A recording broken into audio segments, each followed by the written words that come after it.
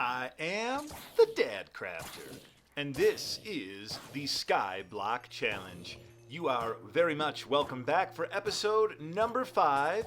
As you may recall, back in episode number 4, we built an awesome mob grinder. Well, here in episode number 5, we're going to be fixing my mob grinder because it turns out I did a couple of small things wrong when I built it, and those small things were making a big difference in terms of the number of drops that I was getting. And not just number of drops, but the number of mobs that I was getting in the kill chamber that would actually give me those drops. So starting off here today, you can see I'm just killing some time, doing a little bit of cleanup on my platform up here, putting the torches up on the wall so that it looks a little nicer up here, making sure that it's good and lit up. But really all I'm doing is trying to kill some time while I wait for mobs to find their way down into the kill chamber so that I can go ahead and collect their loot. But what you'll see here is that despite me taking some time to move all those torches, only a small number of mobs actually showed up down here in the kill chamber, and that's just not really what we're looking for. We need lots of mobs down here. So I give it a 3-minute break. I wait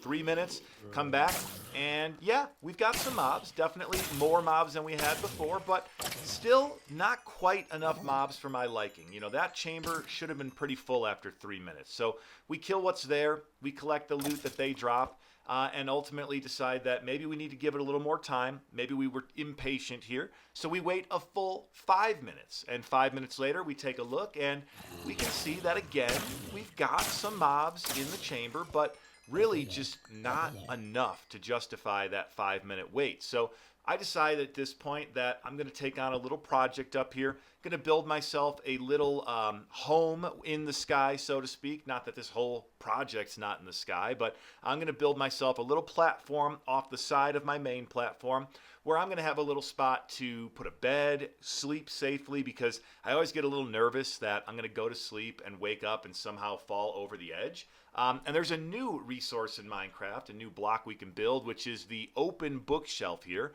So I decided I'm going to use that for the back wall. Just going to use more stone walls for the side walls and just kind of build those up 3 high, but going to give myself a 3 high by 4 wide open bookshelf that I can put some things on here later on. And in the meantime, I'm watching my chamber here. And again, this has been now well over 5 minutes of building, and we've got mobs, but just not enough. And I'm just starting to lose my mind. So at this point, I decide it's time to collect some resources because I think what's happened is I didn't use enough trapdoors. I don't think I spaced them out, or I think I spaced them out too much, and it's letting spiders spawn up in the mob spawner platform.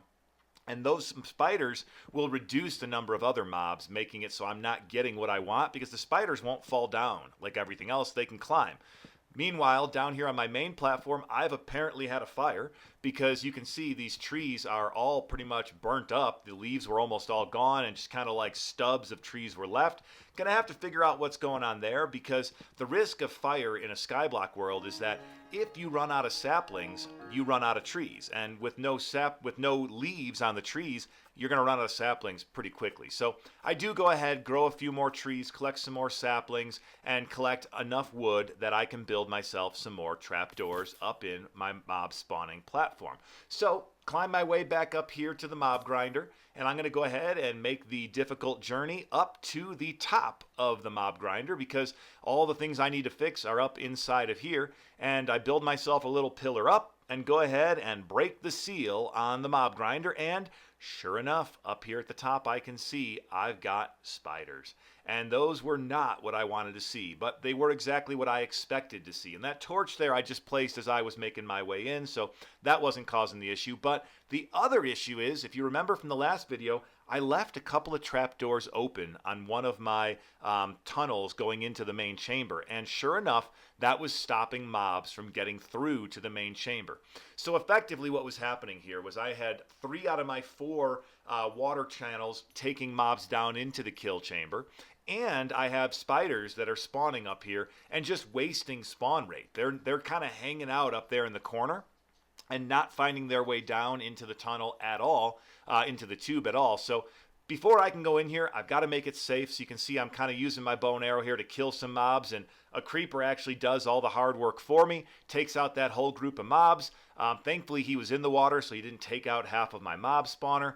I'll take care of that spider, and then now it's time to go to work. I've got to remove the old trapdoors, place new trapdoors a little closer together. We're going to have a few more trapdoors per platform. That should help cut down on the spider spawn rate.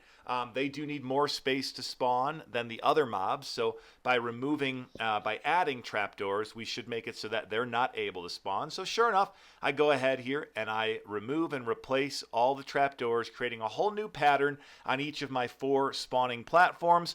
Remove all the lights, close all the trapdoors, make my way back out, and close off the top once again, and then just mine my way back down that pillar and find myself back down at the bottom. Now with me at the bottom, the mobs should start spawning up here, and sure enough, they do. I see lots of creepers, I see skeletons, I see zombies. I do not see any spiders, so I like to think that things are going in the right direction at this point. We've got more mobs spawning, it looks like, and they're all finding their way down into that main kill chamber. Now we can see that they are kind of getting hung up on those ladders that I put in. Once again, I thought that those were there to fix that, to make it so guys wouldn't get hung up, but looks like they are getting hung up, but I did leave them, so hopefully that doesn't create too much of an issue. And sure enough, down here at the bottom, it looks to me like we're getting a pretty good spawn rate. We're getting witches, we're getting all of the guys that we'd like to see coming down the chute. And I've got my chests starting to get organized. One challenge with this type of mob farm is that you don't have hoppers taking things automatically into chests, so you need to continuously be collecting the resources and then getting them out of your inventory. So I'm going to spend some time here just waiting for mobs to spawn and then taking care of those mobs, taking them out of their misery and getting all of their loot. And you'll see here now I'm getting quite a few more mobs into the kill chamber each time that I wait. Not even having to time out how long I wait because they're showing up here with pretty good frequency.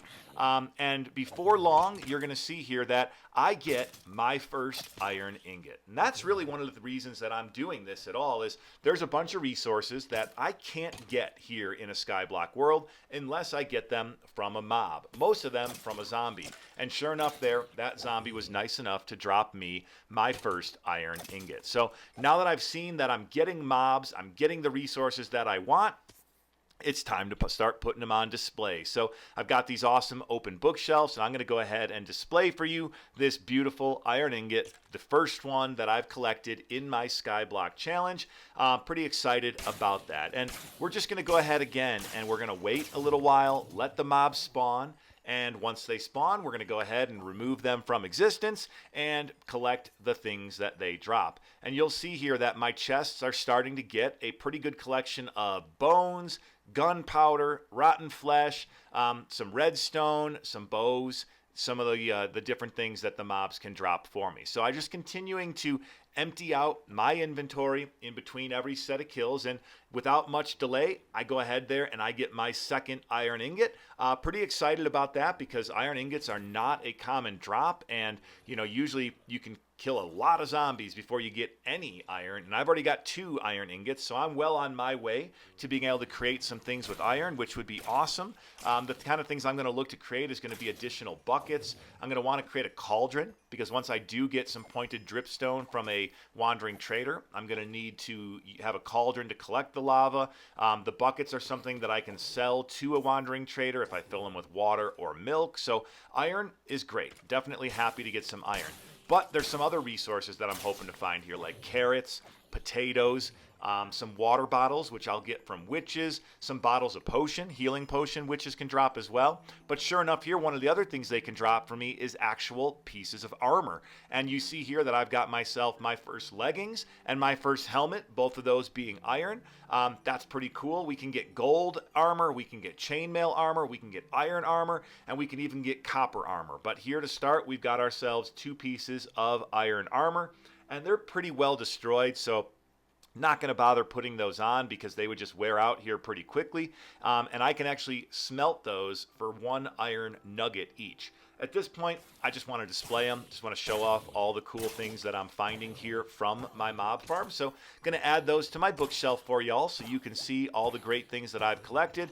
And I'm going to go back to it. And sure enough, you can see here on the screen, I've got my 3rd iron ingot. I'm getting incredibly lucky when it comes to iron. That's unheard of to get 3 iron ingots in this short of a period of time.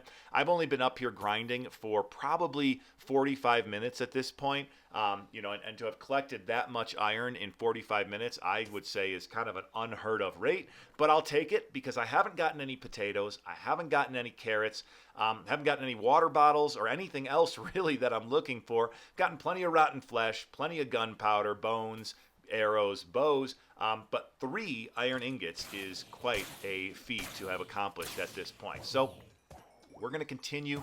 We're going to go back at it, continue to fight. And here we've got another witch, so we got another chance at some water bottles, or some empty bottles, I should say. And it's all about the timing of how you kill him. You need him to be holding the bottle. And sure enough, this time I do get him to drop me his empty bottles, so I can add those to my shelf now because I just got my first empty bottles from a witch. So those are a great find because I can fill them with water and sell them to the wandering trader for emeralds. And I'm going to need that. If I'm going to buy things from the wandering trader, I need to be able to sell them things as well.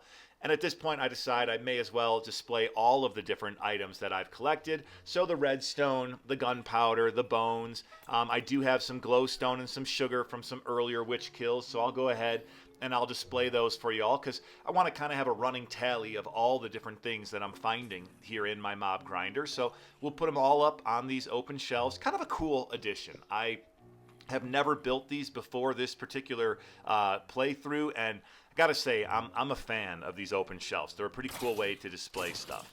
But we're back at it. We're back to grinding our mobs to see what we can get. And you wouldn't believe this if I told you, but I just grabbed 2 more iron ingots. Not 1, but 2 more iron ingots to give me a total of 6 iron ingots at this point. I don't know what's going on here. The iron is just kind of flying at a rate that I can't believe. I am going to grind up here for a total of about 2 hours. We're not quite at the 2-hour mark yet, but I've already got 6 of these iron ingots, which is just boggling my mind. Here we go with a witch kill that's going to net me my first potion bottle. So I got a healing potion here from that witch. I'm going to go ahead and put that up on the wall here because, can't not display the potion bottle. I did get a spider eye at one point, so I'll move that over here so that we can keep kind of all the witch items together. And then we'll just move everything over 1 or 2 spaces, kind of, trying to create a little bit of order up here on the board. But we can see I've already almost filled up all of my shelves. Now I have my iron separated out so you can see it. Everything else I'm just kind of combining into stacks. But I gotta say, I'm really stoked with what I've gotten here so far. And sure enough, there it is, my first carrot. Carrot's huge because that's a renewable resource. I can go ahead and plant that. I now have a ton of bones to make bone meal, so I can grow carrots to my heart content. That's food for me to eat, which is great. That's also what I'll use to breed pigs. When I do ultimately get my first 2 pigs, I can use carrots to breed even more of them. And there I am, the proud owner of all of these items, happily bouncing in my little area that I've built to display everything and excitedly showing off that I now have a massive amount of loot. Not to mention all the gunpowder, all the rotten flesh, all the bones, arrows, and bows that I have collected as well. But I'm still getting spiders inside of my chamber.